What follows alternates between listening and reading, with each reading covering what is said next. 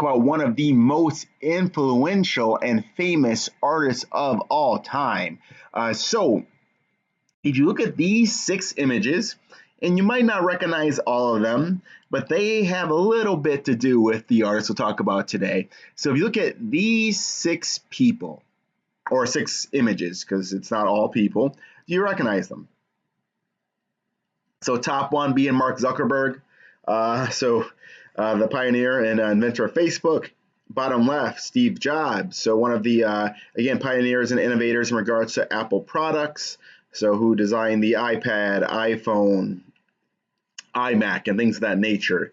The bottom middle is Magnus, who is a world champion chess player, so a genius in that field. Bottom right, Jackie Chan. So highly innovative actor in regards to the choreography he created for fight scenes and original stunts. Top right, of course, I'm sure you guys all recognize Oprah. So the media mogul who's created a whole network and a brand. And then the top middle is Banksy, who is one of the most influential artists currently who's making artwork in regards to the way he presents it, because no one actually really knows who the guy is, but also the messages he has behind his artwork. And he's a highly influential European artist. So I kind of answered, or I kind of briefly said who they are and what they do, but what do you think these people have in common? Well, based upon what I was saying, they are famous, they're influential, they're innovators, and so they are highly creative people as well. And our artist of the day has those traits as well. So Leo da Vinci is who we're going to talk about. So Leonardo da Vinci is what we call the Renaissance man, and he has all of those traits and more, and that's what we're going to talk about. So like all the other presentations, I'm just going to have you write down what's in bold. So the statements that are in the bold black letters, write those down because you're going to be kind of quizzed on those things. And it'll be an open note quiz just like our other quizzes. So you'll be able to use that information to kind of pull from. So let's get this thing rolling. Leo da Vinci, the Renaissance man. So he is a man of many talents. So born on April 15th, 1452, Da Vinci was an Italian Renaissance polymath. And again, write down the parts that are in the bold black letters. So he was born right before like the heart of the Renaissance. So Da Vinci was an Italian, so he's born in Italy. Renaissance polymath. And if you don't know what a polymath means, a polymath is someone who has a wide range of talents. They can do a lot of things. So if you think about the word mono, mono means one, poly means a lot or multiple. And Da Vinci was so skilled in various things. So he was a painter, a musician, scientist, mathematician, engineer, inventor, and writer whose genius, perhaps more than that of any other person, represented the mindset of the Renaissance.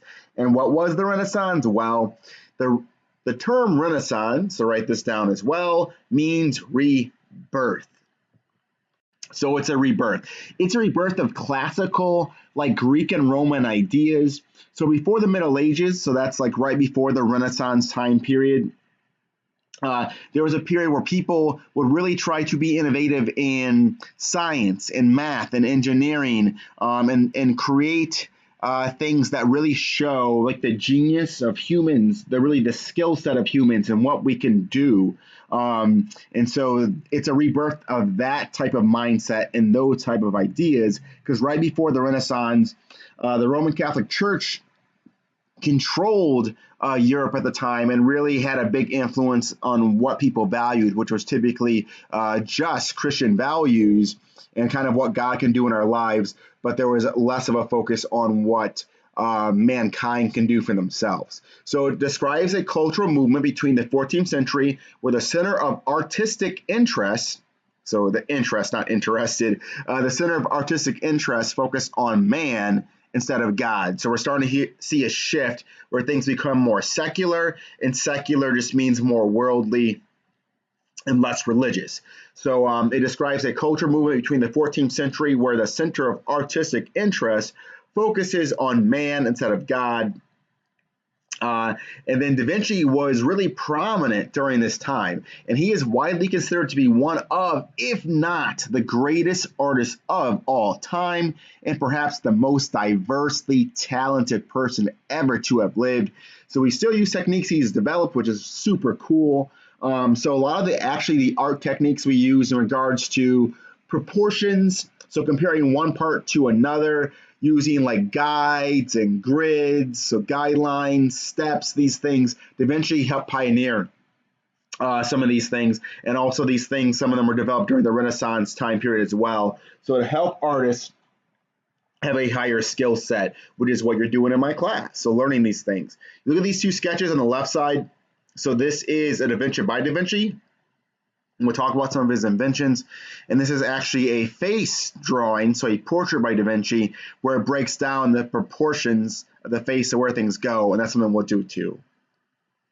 So man of mystery. Man of mystery. Little is known about the life of Leonardo da Vinci. He kept detailed notebooks that include artistic drawings, but also depictions of scientific subjects ranging from anatomy, so like anatomy, the human body on the right side over here, to hydraulics, so machinery and the inner working of these parts and how they work together and move.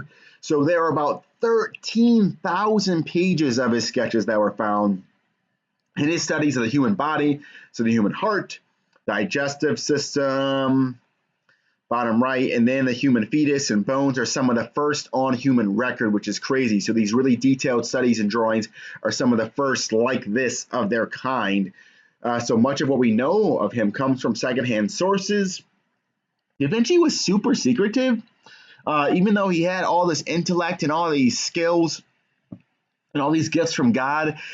He again was super secretive, and so like people didn't find out a lot about him until way after he passed away. So looking through his notebooks and sketchbooks and things like that, and also just publications and articles and things that are written about him is really what we know about Da Vinci. We don't know much about him from what he wrote about himself, because again of how secretive he was. But yeah. The interesting thing about this, for those of you who've taken like science classes and biology and classes that really break down and go into the inner workings of the human body, like for you guys, you'll see photographs and sketches and things like that too. But the crazy thing is for Da Vinci to be able to draw these sketches, well, he had to actually look at the inside of a real human body, which is, of course, something you don't have to do in your science classes. So to do this, he had to study the real thing. And so that is just an interesting fact compared to what we kind of do now in your science classes. So Da Vinci as an apprentice. If you don't know what an apprentice is, it's a student who works under like a master teacher or someone who has experience in their field. So growing up in his father's home, Leo had access to books owned by his family and friends, and he was also exposed to his father's art. His father painted, and when Da Vinci was about 15, so think about, for those of you who are currently freshmen and sophomores, Da Vinci was around your age, his father apprenticed him to the renowned workshop of Andrea del Verrocchio, who was a famous artist at the time. And then even as an apprentice, Leonardo demonstrated his colossal talent. So he was naturally talented. He could grasp things very, very well. And for example, one of Leonardo's first big breaks was to paint the angels in Verrocchio's Baptism of Christ.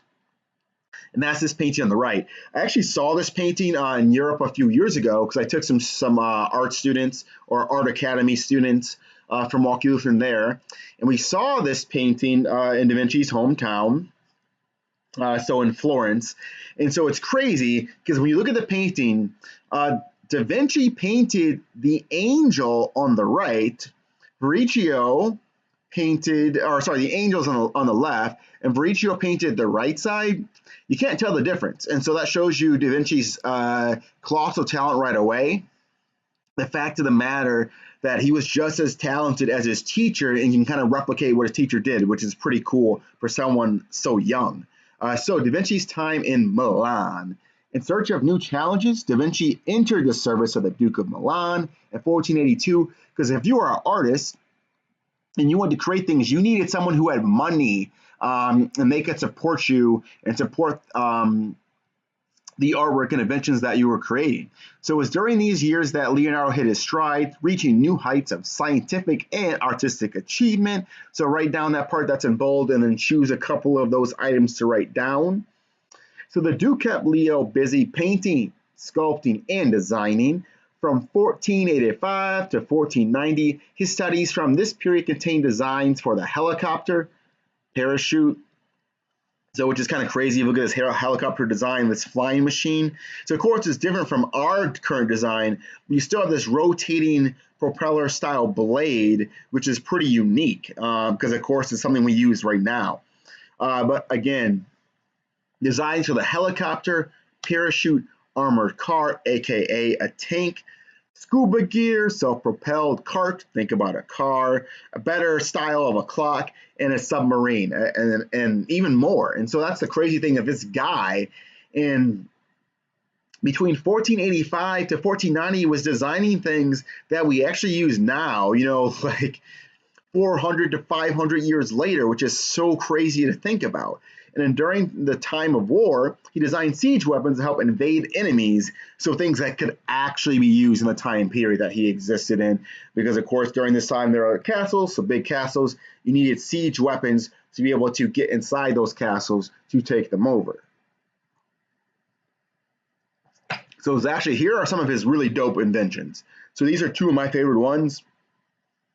So I actually watched a show called The Kingdom on Netflix, and it really gets into feudal Korea. And the crazy thing is, Korea, they had guns, and because they had gunpowder and cannons, like hundreds of years before, or not hundreds of years, but a couple hundred years before we developed them in the States, so in the US. And so kind of seeing Da Vinci develop these very similar things, if you look at his invention for a tank, it's like this big saucer that has all these barrels that kind of go around it in 360 degrees. So instead of shooting one giant barrel out like we do in our tank, so this big explosive shell, you have multiple small shells, similar to this design, which is almost kind of like a machine gun, where it shoots out multiple rounds in a short period of time. And when I looked at the designs for the Kingdom, it's very similar. So their cannons had just a bunch of really, really small barrels and would shoot out in succession. So in a short period of time, instead of shooting out just one giant explosive shell, which is kind of what we do now with explosives and things of that nature.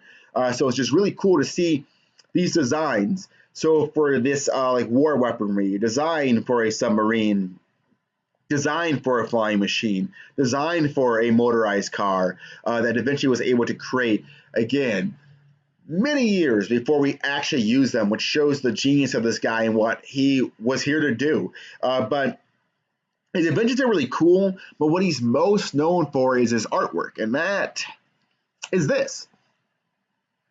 So write down that he created the Last Supper, but his work ethic, even though Leo was so innovative, his interests were so broad, and he had so much to do that he usually failed to finish what he started. This resulted in him completing only about 6 works during the height of his career, which lasted 17 years. So think about that. In 17 years, which is a decent-sized career, Leo only finished 6 works, which is crazy to think about compared to some of his contemporaries like Michelangelo, who completed much larger body of work than Da Vinci created.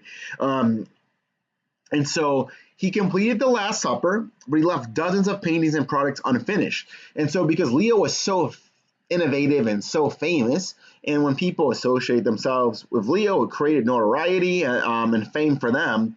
Like, people would still support this guy even though he wasn't working a ton. And so the Last Supper, so this really iconic picture, or painting that is, of Jesus Christ and his disciples, again, just totally shows the skill set of this guy, because Da Vinci created this painting, which is one of the first major works with this full perspective. Perspective just means showing space, so things look three-dimensional. So they look 3D. So you look at Jesus Christ and the disciples, they're closer. If you look at the panels on the wall, they get smaller as they get further away. So they kind of go to what we call a vanishing point. So this point where things get smaller and vanish. Also, all the panels on the ceiling do the same exact thing. And that's what makes this thing look three-dimensional. So the space and also the quality of the fabric and the colors, the values. So it's just this really excellent artwork representing the skill set of the Renaissance, so representing what the Renaissance, the cultural movement, what it was all about. So these pioneering in art and inventions. So the Mona Lisa. I'm sure you've heard of this painting. It is the most famous painting of all time. So write down Da Vinci created the Mona Lisa. Leonardo left Milan, and in 1503, he began working on the Mona Lisa. The Mona Lisa is the best known, the most visited, the most written about, and the most copied work of art in the world. Her expression, or lack of her expression, the composition, so how it's arranged, so we've used that word a few times, and the mysterious illusions are some reasons why the painting is so popular. Kind of like, so if you look at this Leo spoof, so this thing is spoofed and copied quite a bit. Also, there are things that are hidden in there. If you kind of look at her silhouette, so her frame, and turn it upside down, you see a question mark. Is kind of what this kind of represents. You look at it like this way, but there are things that are hidden in the background that you can't really see unless you highlight them or kind of turn them a certain way. Da Vinci was pretty good at that. Again, this genius who he's pretty clever and kind of comedic in some ways, and he would hide things in his painting. So, but before you can understand why this painting's so popular, we gotta bring it back to the early 1900s. So the Mona Lisa wasn't very famous during Da Vinci's lifetime, but it wasn't until an event in the 20th century that it truly became famous. So in 1911, a thief named Vincenzo Perugia committed the greatest art theft of all time. So this is a pretty interesting story, by the way, guys. So this is how it went down. So Vincenzo worked at the museum and hid in a broom closet. He waited for the museum to close and then hid the painting in a white smock. So this is actually where the Mona Lisa was. So she was chilling on the wall, not protected, just in the wall with all the other paintings, which shows you that it wasn't super famous at the time because it's just with everything else. So the painting, I saw it when I was in Europe at the Louvre. That's the museum that it's currently in. So this painting in Paris is really only a couple feet tall. So it's small enough that you could potentially hide it underneath a big coat or a smock in this case. So he hid the painting in his apartment in France. So here is Paris, where it originally is. So he's in Reims, so still in France. So the key is he had to hide this because once it was stolen, people were like, oh, we got a painting missing. So police started searching too as well. So he hid the painting in his apartment in France, and even when police entered his apartment to question him, they did not find it. So now things are becoming a little bit more hot, and there's a little bit more interest around this. So he took the painting to Florence, so all the way down here. So remember, Da Vinci is originally from Florence, and so is Vincenzo. And so he believed that the painting should be back in its hometown. That's where it should be seen. So in a completely different country. So he went miles upon miles all the way down, sneaking this thing into Florence, so away from Paris.